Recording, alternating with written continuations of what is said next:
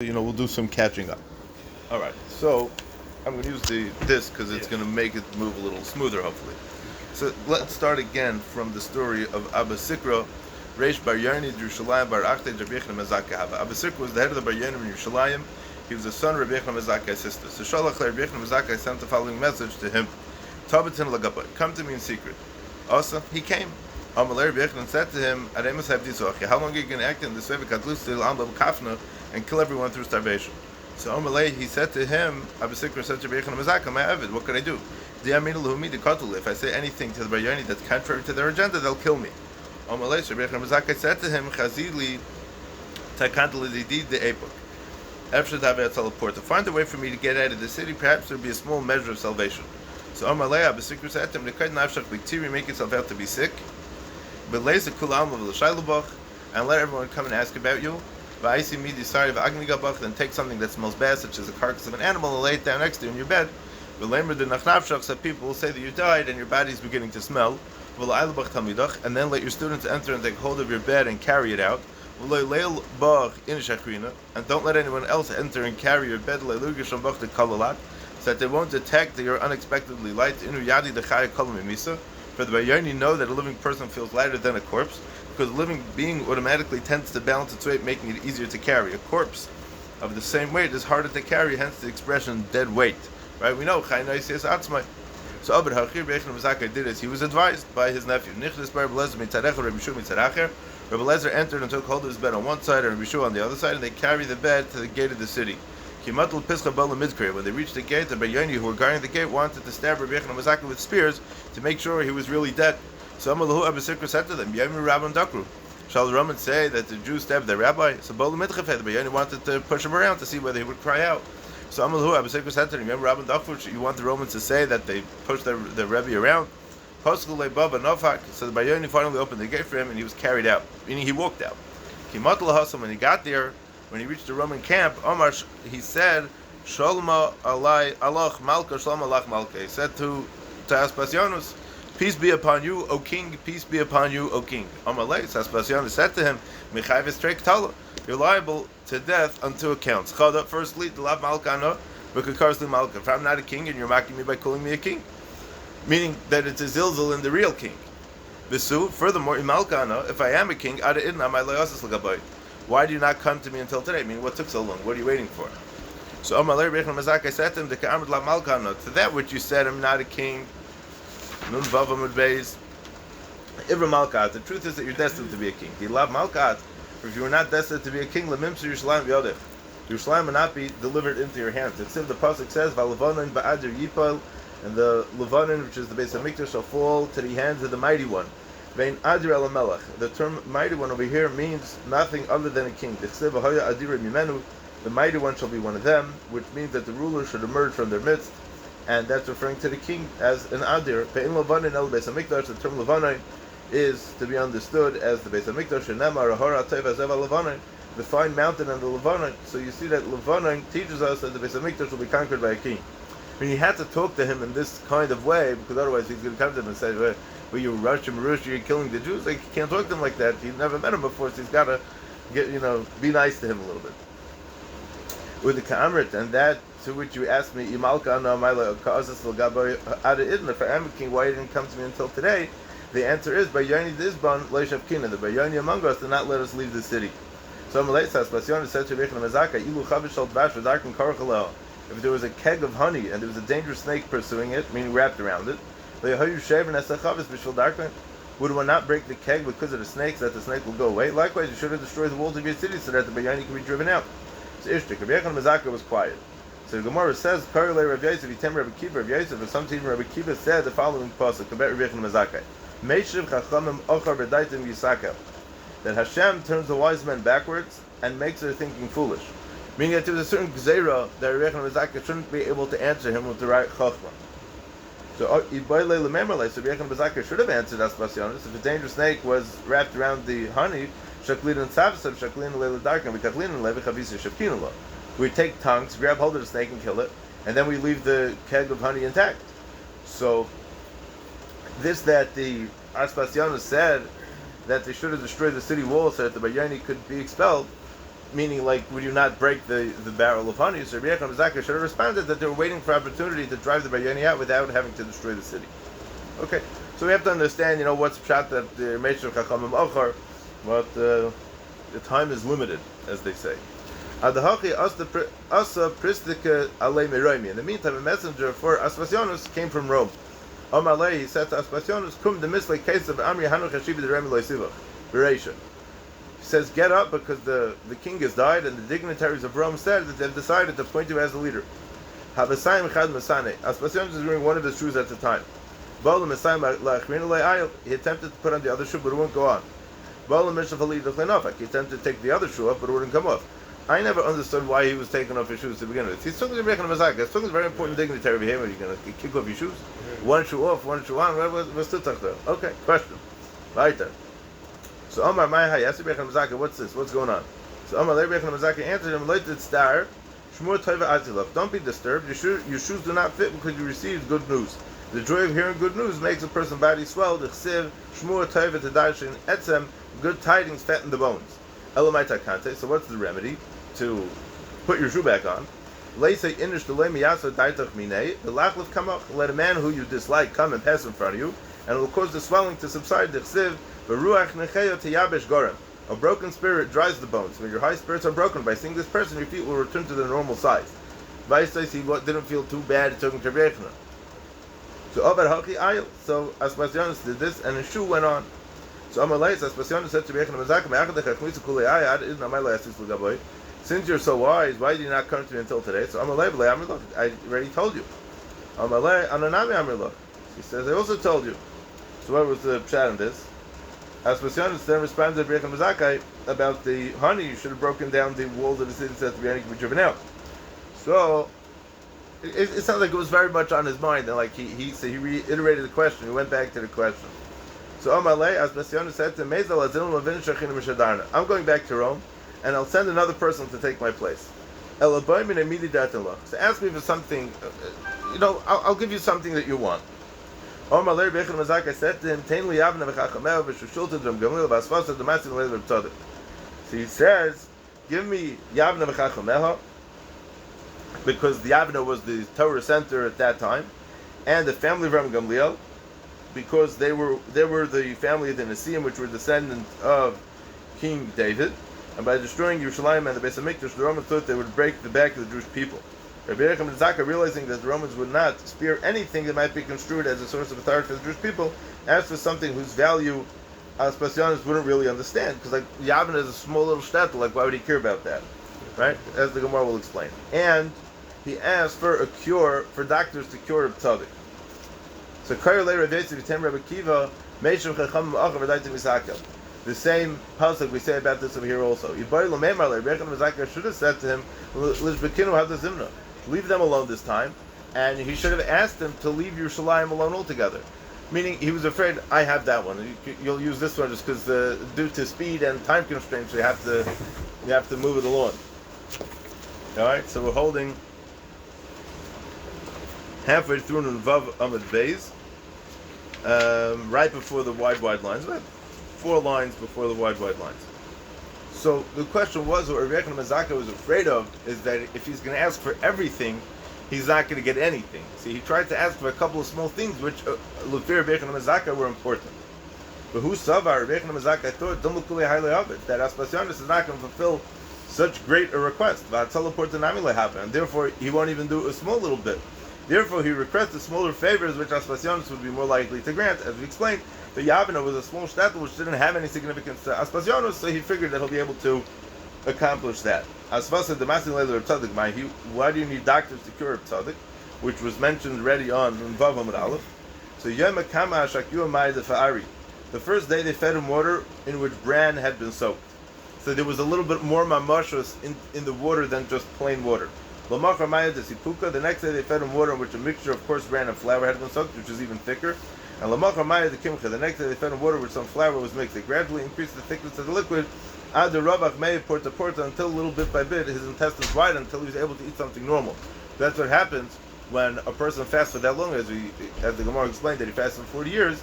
So there was some intestinal and stomach complexities, and the doctors were able to give that refuah. So the Gemara goes back to the original story. So Azal Shadri Titus. Aspasionis went to Rome and he sent Titus to take charge of the military campaign against Yerushalayim, which we know was a bad story. Omar the Omar Eile Hemay Turcha Soiba. In this, the pasuk says, where is Hashem? That Hashem is going to protect them. That they sought refuge. Turcha Soiba. Hashem is going to protect them. That Titus Harasha. This is a reference to Titus Shecher v'Gidim Klapei Milo, profaned and cursed the one above. So also, what did he do? Tava Zaina b'Yada. He grabbed the Zaina v'Nichnas v'Eskach HaKadoshim, entered into the Kodesh HaKadoshim v'Tzia Sefer Torah, spread out a Torah on the floor, v'Over la'Avera, committed a sin upon it, v'Natal Sayef v'Gidus HaPerechas. He took the sword and slashed the Perechas, and Asaneis, a miracle happened. It's very interesting. We pay attention to Chazal throughout the story of the Churban. There are many, many nisim, but it's nisim l'Puranos. It's an unbelievable thing. At a time when there's a Churban, we find that there's nisim l'Puranos. It's a very scary thing. And blood was seen bubbling out of the Perechas. So Kasava Haragas Atzmai. And Titus thought that he had killed himself. Doesn't mean he killed himself, but we wouldn't talk about what he really thought. Shenemar, like the pasuk says, Hashem's enemies roared in the midst of your meeting place, and they established their signs as true signs. Titus understood that this bleeding was that he killed Hashem.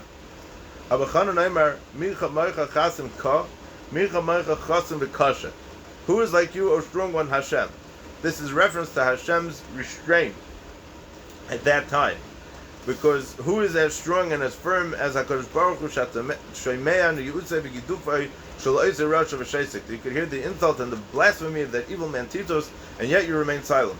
In this Rabbi Shmuel, they learned Hashem. Who is like you among the mighty ones, Hashem? What does it mean, Be'elim? Who's like you among the mute ones? And as the Gemara says in Yoma, why were they called Anshe Knesset Gdela? Because they were Machzar Torah L'Yoshna. Why? Because when the Goyim were making their pogroms at the Beis Hamikdash, they said, how could we say Hagar de la Gibra V'Anayra? How could we say Hagar de la Gibra V'Anayra that the Goyim are dancing around in the Heichel? Right? So the Anshe Knesset Gdela said that Hein Gvuraisav, Hein Neiraisav, that this is the Gvura, this is the Neira, that HaKadosh Baruch Hu is sitting there in silence when this great destruction in the Malkam HaMikdash is taking place. So what did Titus do next? He took the Perechas, Vasaikim Gargutni, formed it into the shape of a basket that carries wine, Vehevi Kol Kelim Shal HaMikdash Yinicha Behem, and he brought all the Kelim of the Beis HaMikdash and put them in it. He put them in a ship intending to go and be praised for his triumph in his city. Shenemar, like it says in the pasuk, then I saw wicked men who deserved to be buried, yet they came to destroy the Beis Hamikdash. And they departed from that holy place, but eventually they will be forgotten in the city, meaning in Yerushalayim, regarding that which they had indeed done in it. Al tikri kvurim ela kvutzim. Don't read the word as kvurim, that they were buried, but read it as though it were written they were gathered. Al tikri v'yishtaku ela v'yishtabku. Furthermore, don't read this as was written that they will be forgotten. Rather, read it as though it was written v'yishtaku and they were praised. V'yishtabku, that they were praised. With these two changes, the pasuk can be understood like this: Then I saw wicked men gathered together. They came to destroy the Beis Hamikdash. When they departed from the Malkam HaMikdash, they were praised in the city in which they lived for that which they had indeed done. Meaning, the pasuk sounds like not like that, but because it was a Puranos, we're understanding it that the pasuk, the situation of the pasuk was actually worse. Ikadi Amri, there are those who say that there's no need to replace the words. Kvur Mamish, rather this word can be translated literally as buried. Even the hidden things, the valuables hidden by the Jews were revealed to the Goyim, and it's those valuables that the pasuk is referring to. Thus, we would understand the pasuk like this: Then I saw wicked men with valuables that had been buried, meaning that the wicked people were able to uncover and be megala all the hidden things that the people of Yerushalayim had, which, unfortunately, in the recent Korban was a common thing as well. Omar alav nachshul shel b'yam l'tayve. A hurricane at sea threatened to drown Titus. Omar, he said, "K'v'dumani shel lekem shel elu ein gvurasa el b'mayim." Seems to me that the power of the Jewish God is only in the water. But Parai tavei b'mayim. When Parai came against the Jews, he drowned them in the water. But Sisra tavei b'mayim. When Sisra came against the Yidden, he drowned them in Achal Kishayin. Afu Omar l'tayveni b'mayim. So now too, he threatened to drown me in the waters of the Mediterranean Sea. In Gibarhu, Yalali Abash, Vyasimi Mulchama. If he's truly powerful, let him come and dry land and wage war with me there.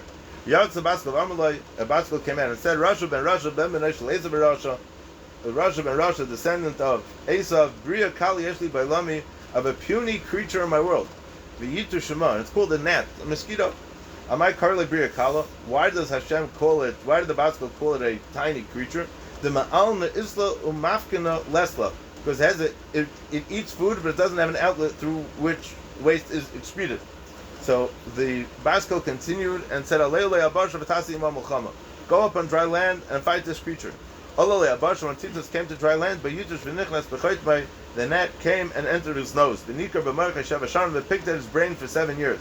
One day, Titus was passing the doorway of a blacksmith, or as they say over here, a smithy. And when the gnat heard the sound of the smith's hammer, ishtik, it was quiet. He said, there's a remedy for me, I'm going to get better. Every day they brought another smith, and they banged with their hammers in the presence of Titus. To a Gayish smith, he gave him 4 zuz. The Jewish smith, he said, for you it's enough that you witness the suffering of your enemy, so that's very good payment, and I don't have to give you any money. He did this for 30 days. From then on, having grown accustomed to the sound of the hammering, the bug in his head became accustomed to it. Tanya, we learned in the Brayso, Amr Pinchas ben Aruba said, I was among the nobles of Rome. When Titus died, they split his head open. They found the net inside his head. It was like the size of a bird, like a swallow, which is kind of bird that weighed 2 sela. This is the small coins. The Masnisa Tan, we learned that the Brayso Gezel ben Shana was the size of a 1-year-old pigeon. Mishkal Shnei Litrin, which is much bigger. Amr Abaya says, Naktinan, we have the Mesaira, Pirchal Nechashas, its mouth was of copper, its Iparnav Shal Barzel, and its nails were of iron. So obviously, it doesn't mean it literally, and we could probably spend quite some time trying to understand this, but the Ramban says that Titus' punishment was miraculous nature. Again, this was to, in the Churban itself, besides the Nisim of Puranos, the Einshim, that those that are experiencing the Nisim of Puranos have all kinds of bad things happening to them too. Yesh Din v'Yesh Dayin. In the Churban itself, they get punished as well. Gabu Kamayis, when Titus was dying, Amalahu, he told those that were there, L'kluya lahu gaver, burn that man, meaning burn himself. U'levadre l'kitme Hashem Yami, and scatter his ashes over the 7 seas. The Lalishkechei Allahodi Udai v'lukme bedinas, that the God of the Jews won't find them and stand in the judgment. Right? He said before that Hashem, so the Marshat mentions this. Okay. Unkelus bar Kleinicus bar Achde the Titus. Unkelus was the son of Kleinicus, who was the son of Titus' sister. Hababel Gura, he wanted to become a ger. I mean, we know he became a ger. We have his. This is Hager. What? This is the nephew's Hager. Who? Unkelus. I hear we're saying that it's Titus. It could be that there's a discussion about this. I could look into it. So, also ask you, Titus ben Agida. He wanted to convert to Judaism. See, he went and he raised the spirit of Titus through necromancy, which is oiv, which is aser. So Amalei, he said to Unkelus, asked him, Man chashbahu alma, who's prominent in the world to come, meaning in El Mabot. So Amalei, Titus said to him, Yisrael, the Jewish people, Malid bukebahu. Should I join them? Should I convert to Judaism? Amalei, Titus said to him, Milayr and Ephesium lamatz l'kuminu. They have a lot of halachas, and it's very difficult to fulfill all of them. Zil igare behu bahu alma. Go and attack them in that world, meaning in this world. V'havis reisha, you'll become a leader. Ksiv hayu tzareh l'roish. The enemies became leaders. So kol hametu liyisrael not to reich. Whoever persecutes the Yidden becomes a leader. So Amalei Unkelus asked Titus, Dine dahu gavra b'mai. What's your punishment in the Elam Emes? So Amalei Titus answered him, Tapun and Zayram and Aleph, b'mai the Pazak and Avshay. He's punished with the very fate that he set for himself. Kol yema maknashay le l'kitmei v'daini le. Every day his ashes are gathered and he is judged. Then he's burned and his ashes are scattered all over the 7 seas. Ozal Askil Bilam ben Agida. Unkelus went and brought up Bilam through the Oiv. Amalei, Unkelus asked him, Man Chashbu Alma, who's prominent in the world to come. Amalei Yisrael, the Jewish people. Malad Vukevu, should I convert to Judaism? Amalei Sidr Shlemev Tavasam Kalayamim. Don't seek their peace or their benefit all the day. Stay away from them. Amalei, this fascinating thing. Bilam's in the Elam Emes, and he's saying, Stay away from the Jews. The Jews are bad, Why? Because Rishon Afila Piskel Shal Gehenim, they're not Choyzer B'tshuv. They're stating Gemara.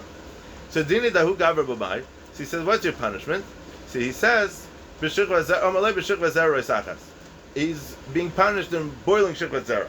Why is that? Because he's the one that caused Klal Yisrael to be chaytiv with Bnei Ismail, so he's getting punished, mida keneged mida. Ozal aske ben Gidel of Yisrael. Uncles that went to raise the sinners of Israel through the Oiv. Who is this talking about? It's referring to something specific. Could be talking about Yeshu. So man chashavu alma, who's prominent in the world to come? Amalahu, he said Yisrael. Amalei Yisrael. Malad vukebei. Should I join them? Amalei tayvasam dreish ra'osam leitadreish. Seek their benefit, do not seek their harm. Only do good to them. Whoever touches them is like one who touches the pupil of his eye. Whoever touches the Jewish people harms himself. So Amalei uncle has said to him, Dini dehu gabra b'mai, what's your punishment? Amalei b'tzayah roisachas, I'm punished in boiling tzayah. Yomar, this is because the Gemara says that whoever mocks the words of the Chacham needs b'tzayah roisachas is punished in boiling tzayah. So what are we talking about here? This is also mida keneged mida. Since this person who could be was Yeshu, what he did was he was mavaz the Chachamim, so that's what he gets this punishment. It's interesting that his advice was to be with them versus the others to stay away. So it's interesting how you just finished that they don't do tshuva even in Gehenna, but it looks like in a weird way he did, because maybe he was Jewish. Right, but that's the difference. This is going to get into a really interesting conversation, but with the way the Christians preach. He was a Jew though, so. Yeah, but this is the, I don't know if this is 100% accurate. If it's him. Yeah, is the Jews have something? There is something that they not respect, but there's something about the Jews that they have. It's a longer shmuz. Mir Hashem, when we have more time to digest these gemaras, we could go into it and figure it out a little better. So the Gemara says, let's see the difference. What a difference there is between the sinners of Israel and the Ovdei Avodah Zarah of the world. Because the Paisha Yisrael told Unkelos to seek the benefit of the Jews, whereas Bilam advised not to seek the benefit. That's what you just said. Okay. Now the Gemara is going to go back to the original member of Rabbi Yochanan about Kamtzah bar Kamtzah. Tanya, we learned in a Brayso, Amar Belezer said, come and see how great is the power of shame. Shreisi HaKadosh Baruch Hu is bar Kamtzah. HaKadosh Baruch Hu assisted bar Kamtzah in his plan to take revenge for the shame to which he had been subjected. The Hecher of his base of Yisaref Esecholei. Hashem was willing to give up the Beis Hamikdash because of the embarrassment that bar Kamtzah went through, and he destroyed his temple and burned his sanctuary. And we know that the pasuk says that by Yasem and Almana you shouldn't pain them because v'shomati kichanun oni, and if they're betzar and they say, it's very scary when you start up with such people, and there's a lot of stories where people ended up in bad places because they started up with these kinds of things. So Tarna Goylev Tarna Golta Charav Tor Malkar. Yochanan spoke out 3 incidents in which reckless action led to disaster. So as a result of the incident involving a rooster and a hen, Har HaMelech was destroyed. The Habanahigi, they had a custom, Kava Mafki Chasan of a Kalsa, when a Chasan and Kal went out to the wedding, Mafki come out Tanagolta, they bring a male and female chicken in front of them, Koloimar, as if to say to them, Peru Uruvuka Tanagol, be fruitful and multiply like hens. Why not like fish? It's really the same thing, because they were both created on the 5th day, right? Taisus and Ksubis, the Gemara Chulun, okay.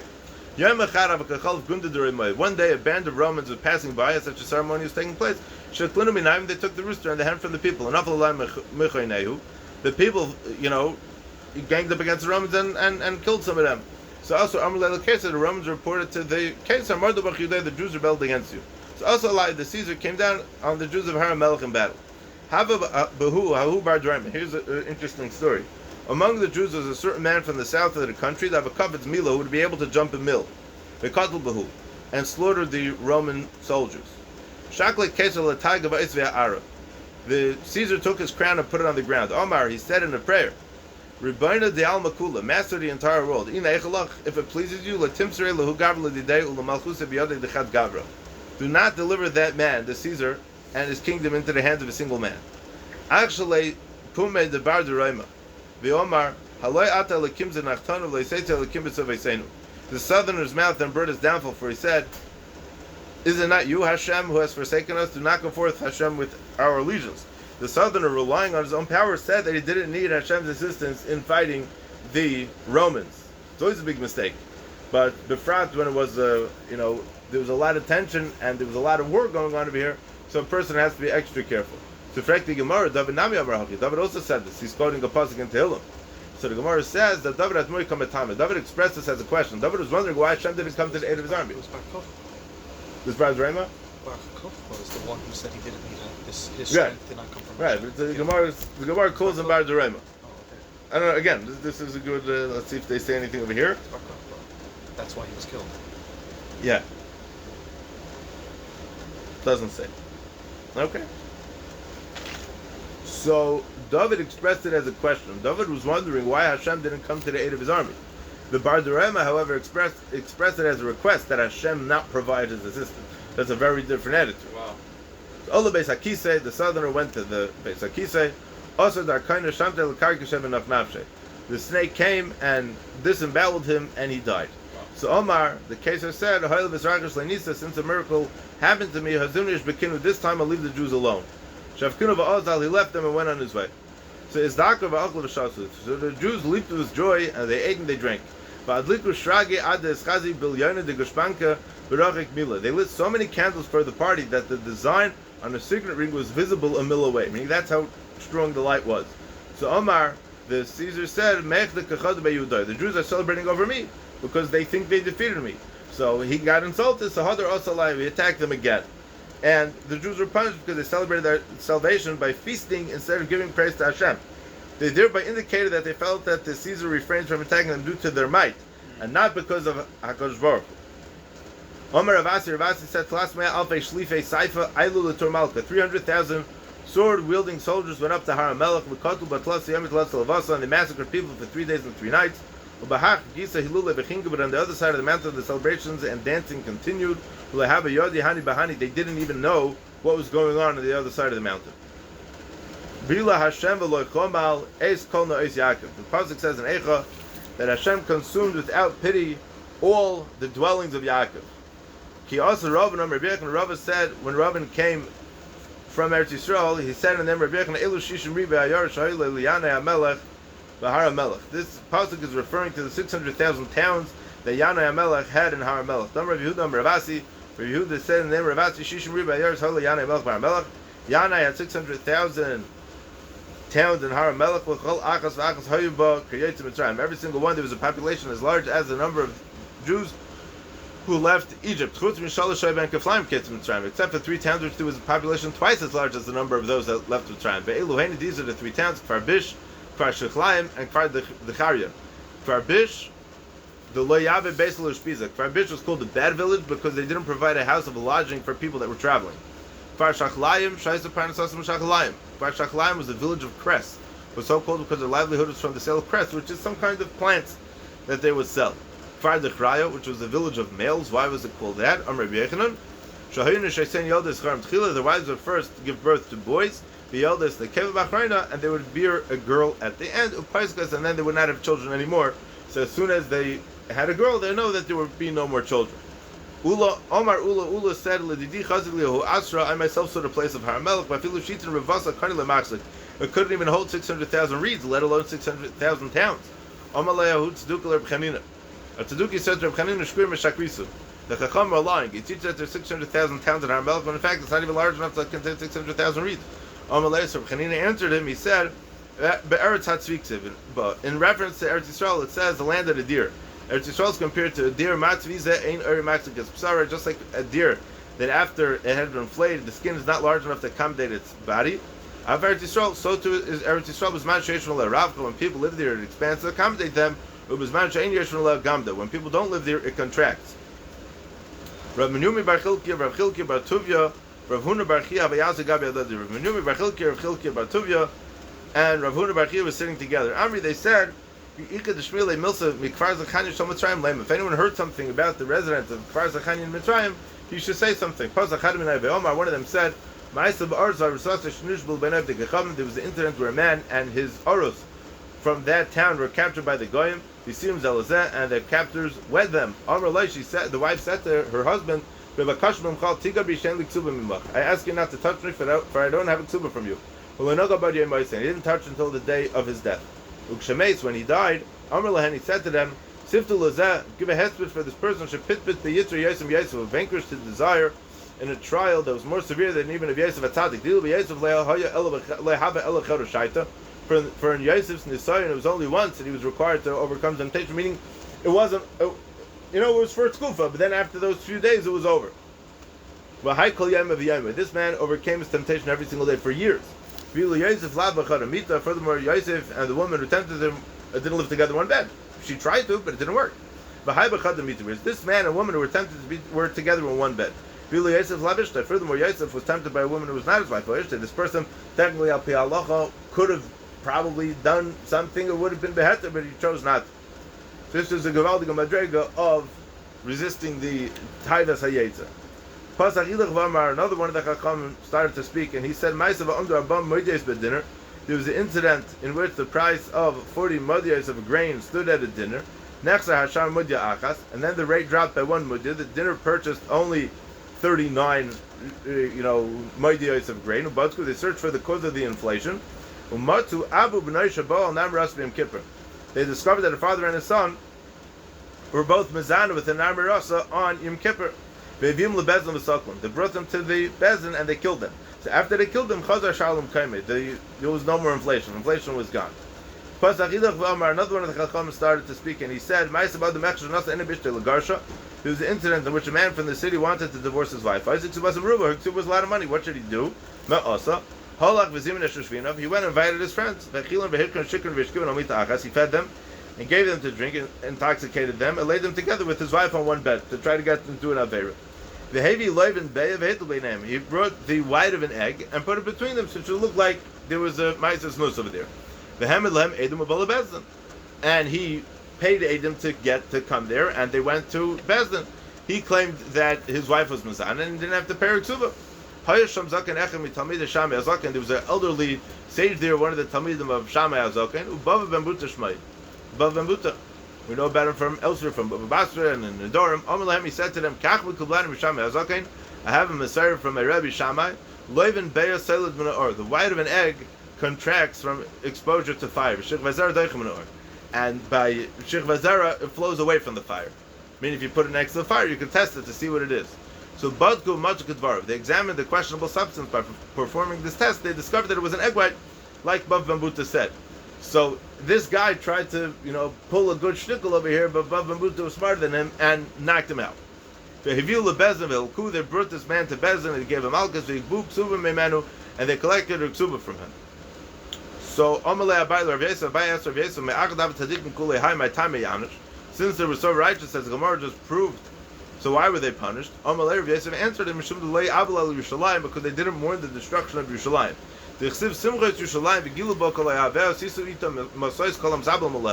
Glad in Yerushalayim and rejoice with her, all those who love her, be elated with her, all those who mourn with her. And this is a big chiluk of the avodah of this time of the year, to properly learn about what Yerushalayim once was. You can't mourn the loss of something if you never knew what it stood for to begin with. Asaka the Rispakar of Beitar, as a result of the incident involving the side of a carriage, Beitar was destroyed. There was a custom that when a baby boy was born, Shasli Arza, they planted a cedar tree. And when when a baby girl was born, Shasli Tornisa, they would plant a pine tree. When the boy and the girl would get married, the people would cut down the trees and make the wedding canopy out of this wood. One day the Kesar's daughter was passing by. The side of her carriage broke. Her attendants cut down the cedar tree that had been planted for one of the boys in the town and put it in place of the broken panel of her carriage. Also, the Jews fell upon them and beat up the Romans. Also, the Romans went and reported to the Kesar, the Jews rebelled against you. Also, the Kesar came and made a milchama against Beitar. We got a few minutes left. Let's continue zooming along. Goda Bechari Af Koil Karen Yisrael. Pasuk Eicha says Hashem cut down in fierce anger all the dignity of a Klal Yisrael. Amr Bzeira, Amr Baba, Amr Yechanan, Elu Shmainim Elef Karnim Milchama Shenichnasul Krach Beit Shashal Lechdua. This is a reference to the 80,000 divisional leaders who entered the city of Beitar when it was captured. They slaughtered men, women, and children. Until their blood flowed and fell into the great sea. Maybe you'll say that Beitar was close to the sea. It was a mill away from the sea. Tiny, we learned in a Bryce, the two rivers in the valley of Yadayim. One river flows one way, the other flows another way. The sages estimated the rivers comprised 2 parts water, 1 part blood. That's how much blood there was from this pogrom. We learned in the Brisa, for 7 years, the Goyim harvested their vineyards whose soil had been fertilized with Jewish blood without requiring any other fertilizer. An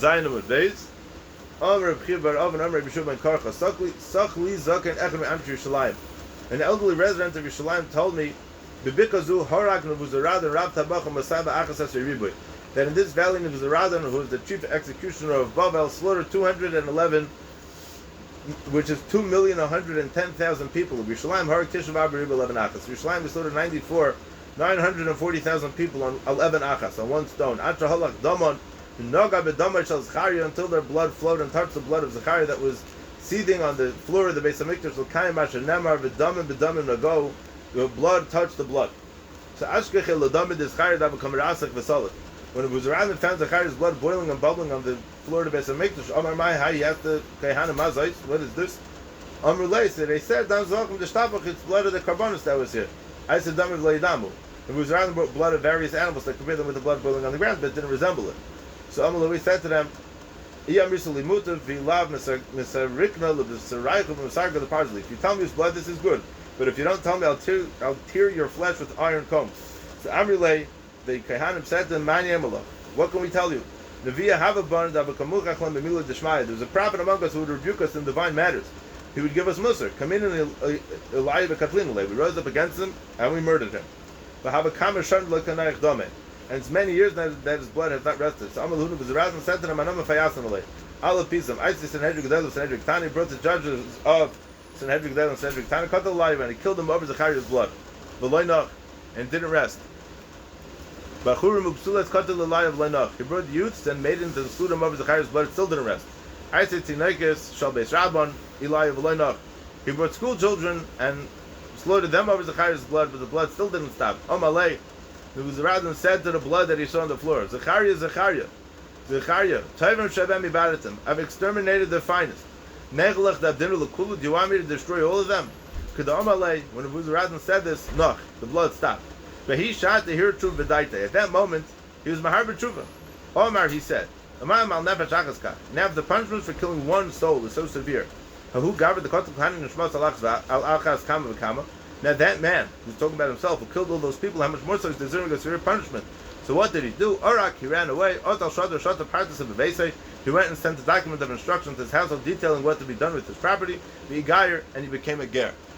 Tana, we learned in the Brisa, Naaman ger Toshav haya.